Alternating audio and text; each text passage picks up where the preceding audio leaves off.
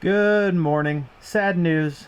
We went through all the trouble of getting this old Ford grain truck out, and the individuals looking at it decided they weren't interested in it, which is nothing against them. They did their due diligence and decided it wasn't in good enough shape for them. The equipment's all parked around home, lined up, ready to get serviced. We've got maybe 20 acres left to cut here behind home, right in that middle strip. These were too wet. We left them yesterday. They're probably not going to go today either.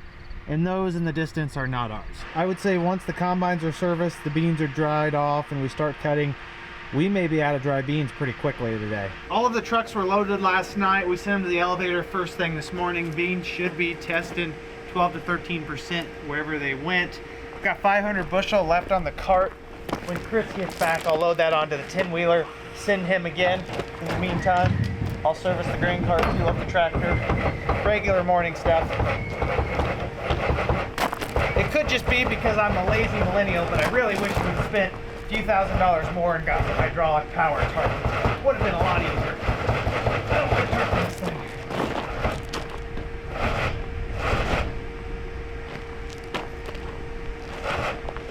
It may be electric, not hydraulic. I really don't know.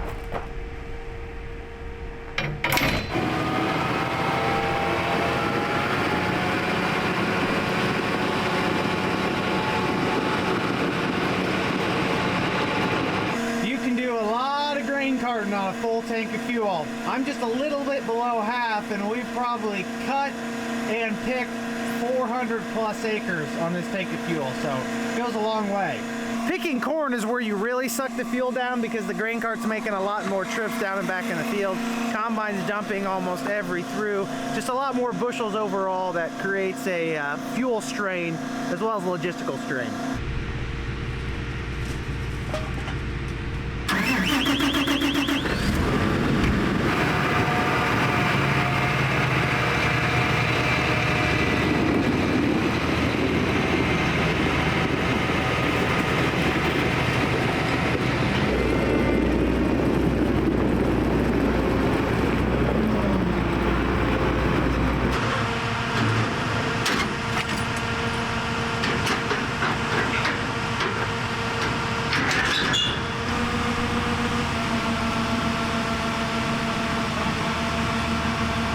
At this point, it should come at no surprise that the combines aren't exactly fuel efficient.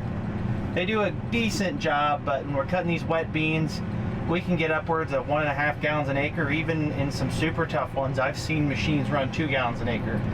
Maybe not this S670, the 9 liter is a little bit more fuel efficient, but the S780 with the 13.5 liter just sucks down the fuel. The real crazy thing is that the X9, which is a much bigger combine, is supposedly way more fuel efficient even than our smaller combine because of the way the engine's designed, the threshing elements, something to do with how they've streamlined it. It can harvest at less than a gallon an acre versus the gallon to gallon and a half we're seeing with our machines.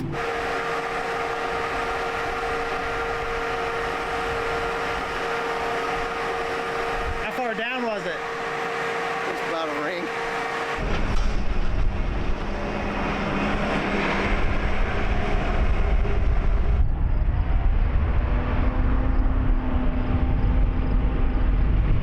We've pretty much got everything we need to get a nice early start on soybean cutting this morning. We've got mature beans, a very minimal dew overnight, sun shining, already 70-degree temperatures, and as you can probably hear, we've got a nice breeze. Because of that, these beans will be testing first thing in the morning. I bet they're already sub 13%. Unfortunately, I don't think we're going to be able to cut those today either. They need more than just a day. They'll need a couple days to mature and get the rest of those green pods out of there. That's not something that one day really fixes. We'll hop in here with that on the John Deere Operations Center. Beans are 13%. We chose the perfect time to fire up the combine. The other one really needs to be running too, but I have no idea where Katie is.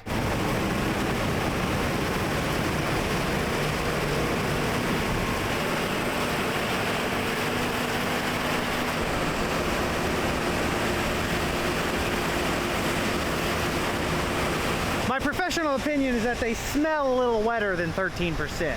May have to do a little blending on these to start the morning. Yeah, right around there. My high dollar moisture tester. It's all based on the firmness. Yeah, 13 to 14 maybe. There comes our other combine. I want to take a brief moment to talk about today's sponsor, Dexnor phone cases. The durability of Dexnor cases is second to none. The dual layer design offers full protection through its tough shell and a shockproof bumper cover. All four corners are thickened rubber to help absorb shocks, drops, and falls, and we all know we have plenty of those. On top of superb screen protection, of course, they also provided raised edges to help protect the camera as well on the back, making sure that the lens does not come into direct contact, whether it's placed on the ground or even if it falls. Gotta have that camera if you want to capture memories. One aspect about this phone case I did not expect to enjoy as much as I did is the kickstand incorporated on the back. Whether you're sitting somewhere enjoying lunch, waiting on the semi trucks, or just out and about watching videos outside, this adds a nice little stand so you can watch your YouTube videos.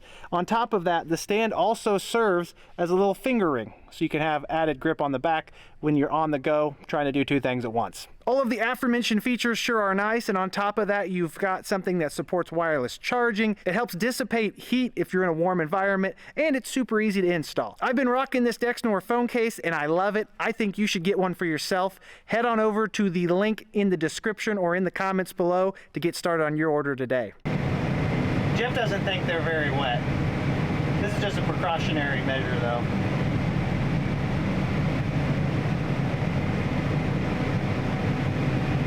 The measure being dumping the allegedly wet beans off first, then going to get a dry hopper and finish it off average amount. Oh yes, those look way drier. Both machines made quick work of that little patch we had left. We're gonna try and move to a farm southwest of here about a mile. We've got a Don Mario 34 E11 soybean. They looked like they'd cut this morning.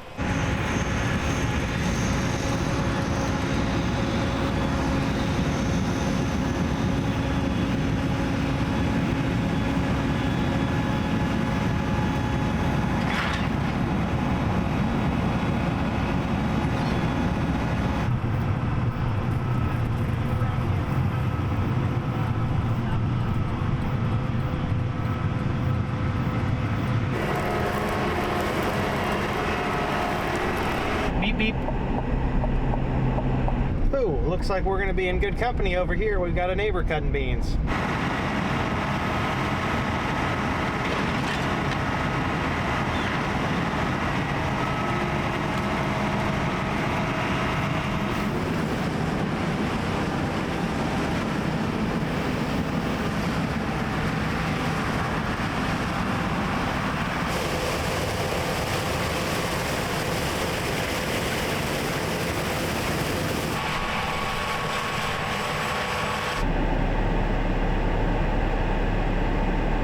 Both combines are hooked up. Dad's out cutting. Katie and Chris and I are going to go back for the grain cart and one of the grain trucks.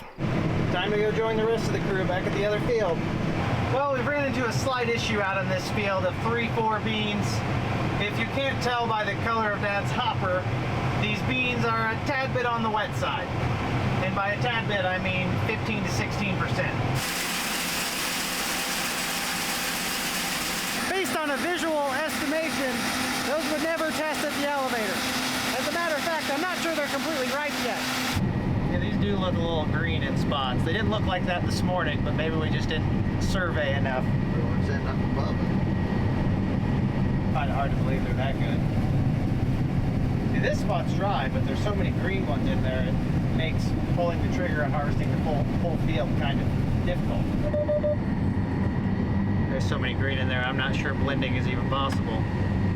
One last hope for dry beans today, just west of where this guy's cutting, but I'm not sure.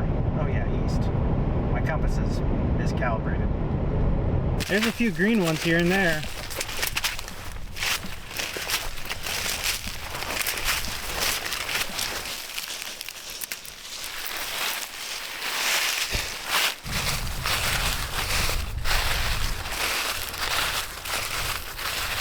And they're right on the edge of being ready to cut.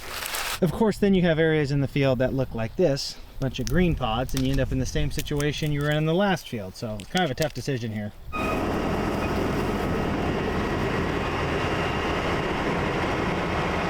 We can speculate all day long about what we think the moisture and harvestability of that field is. The only way to know for certain is to take the combine, cut a sample. If it won't cut, we'll be picking corn, so we're gonna check it. It's just 4 or 5 miles down the road, no big deal, and we'll see what happens.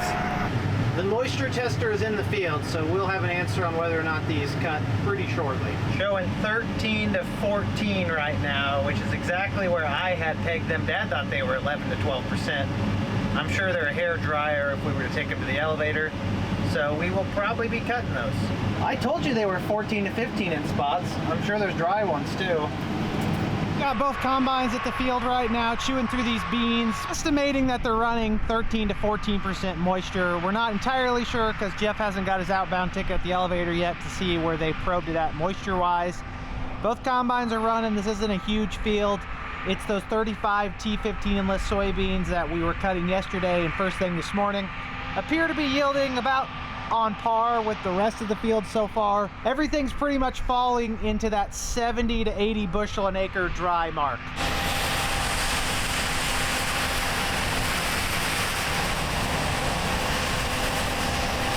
Except for those beans, probably. Typically, if the combine does not dump onto me, they've got really wet beans in their hopper. We prefer to put those straight into the truck. That way they don't bring our average moisture up with the things that kind of averages out on top. Oh geez, I'm ready for a nap, and I haven't even done anything that hard today. Other than putting up with my family members that are also my coworkers. That can be challenging sometimes. 13%, Marty. How'd you manage that?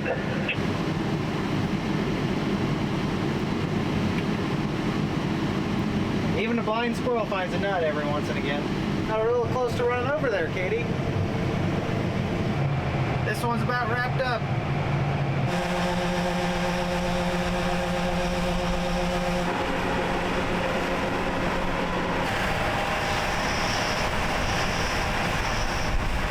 Alrighty, we're back at home base. I just got the final numbers in on our second to last field of those Pioneer 35 T15s, which we just wrapped up. They made right at 75 bushels an acre dry, which is respectable. Hard to complain. Like I said, most of our beans are kind of falling in that low 70 to low 80s range.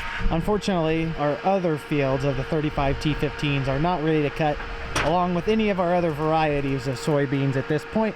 So, as you can see in front of us, Dad has hooked up the corn head. When in doubt, pick it out. Dad's done everything else except for the feed accelerator. We'll do that.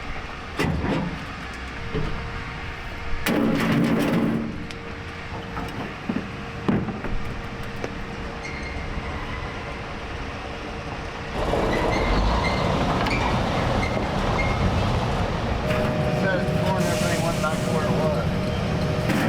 I don't know that I'd even remember what it looks like. That appears to be rain working its way in from the west. It's probably a lot farther away than it appears, but definitely looks like some rain.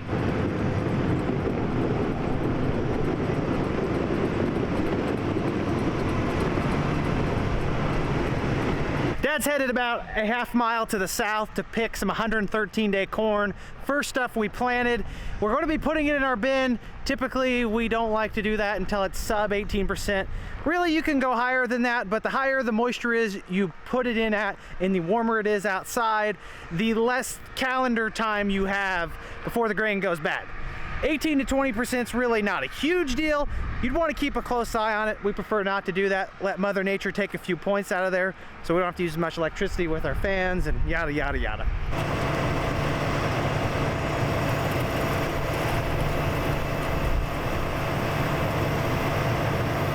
I can see which way the wind's out of, and I know I don't have a choice, but I gotta do what I gotta do for the content. Never mind, I had to run to the upwind side to put Dad's rotor in the right gear to run.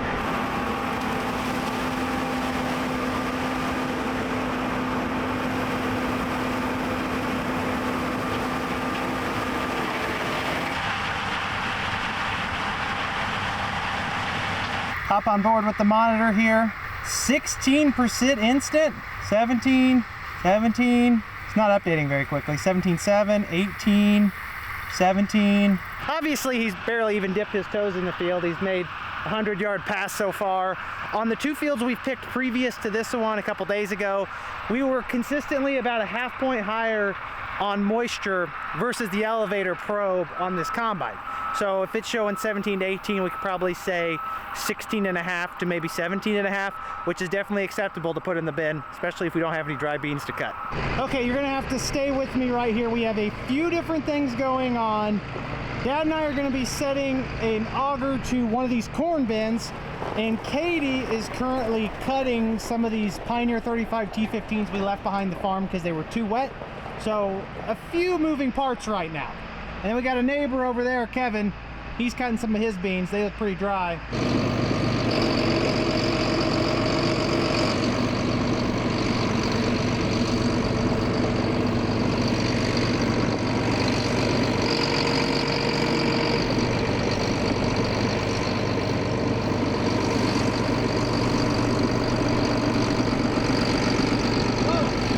Okay, we got the auger set. I'll give you a little bit of an update what's going on right now. Katie ended up cutting the remainder of those beans that were not unbelievably green. So what's left out there is just not mature enough to harvest. I have what she cut on the grain cart. I'm going to load Jeff on the semi, who's going to put those in the bean bin. We got room for a couple thousand more bushels. There's a chance of rain overnight, so Katie unhooked her draper because she's done, parked her combine in the shed. We're gonna go dump the grain cart and then go back down to where Dad's about to fire the combine back up in the cornfield, because we are going to try and pick a load or 2 or 3 of corn tonight, assuming everything goes to plan. This is one of my favorite parts about LibreCart, is how easy it is to make very quick changes to how you're dispatching stuff, where you're sending bushels. I was just in the previous field. I clicked a button, switched back to the field where Katie just cut, south of the farm. We've hauled off 6,300 bushels so far. Switch it from an elevator destination that we were going to at the last field to this north 36-foot bean bin. On top of being able to say where it's going, it also tells me, hey, we've put 20,000 bushels in this bin. This number is very important because you can only fit so many bushels in a bin. This 36-foot soybean bin, usually we can get 21 or 22,000. So it is getting to the point where we need to be very vigilant as we fill it. I'm not the vigilante here though when it comes to grain bins. I'm just the grain cart driver. I dump and leave. What happens after that is not my problem. Oh yes, I can certainly see why those are too wet to harvest. Look at all those pods and big old butter beans in there. Chris and Jeff are gonna dump that load and we're gonna go down to the cornfield. This 90-acre field we're opening up right now is typically one of our better farms. It's really not our best soil or even close to it. For some reason though, it's always one of our top yielders. I told Dad I think this will finish in our top 5 just based on my guesses and top end performance. Dad thinks there's no way, so we'll see what happens when we're done. It won't be tonight though. You'll probably have to check tomorrow's video to see what this ends up at. Yield is all over the place right now in this first pass. Moisture is kind of what I'm really looking at. We're running 15, 16, maybe 17%. It's go time on this cornfield. Yeah, we're still figuring out the opening up a field part. Should have it down by the end of the season, maybe.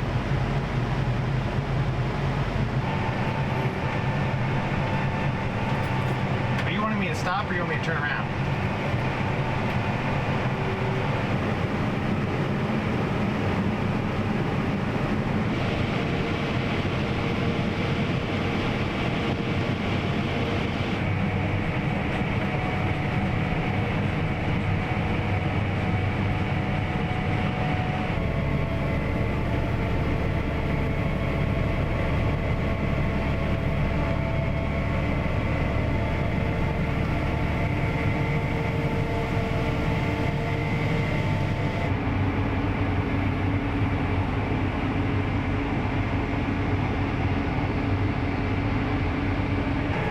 Boss man's definitely ready for quitting time. He's zipping to the fuel tank.